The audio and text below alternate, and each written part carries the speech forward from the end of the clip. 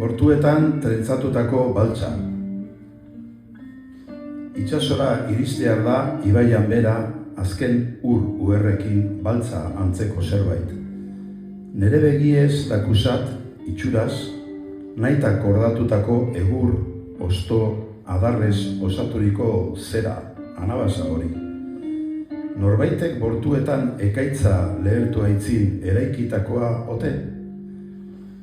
Itsasoa ezagutzen ez duen arima bakarti batek intuizioz, noizbait kresaluzaina han goi-menditan Espainetan antzeman ostean, bere arimaren mezulari izan zitekeen espalez osaturiko bidaiari hau eo ote zuen guretzat.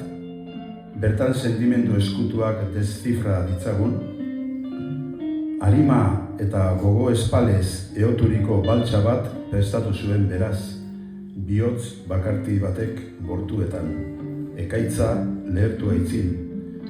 Itsasoa ezagutzeko sortea dugunontzat, honen berri urruti antzematea besterik ez duenak, izan badela ohar gaitezen. Bortuetako 100 ibiltariak lotu gaitu lipar batez urrutiko mezulari.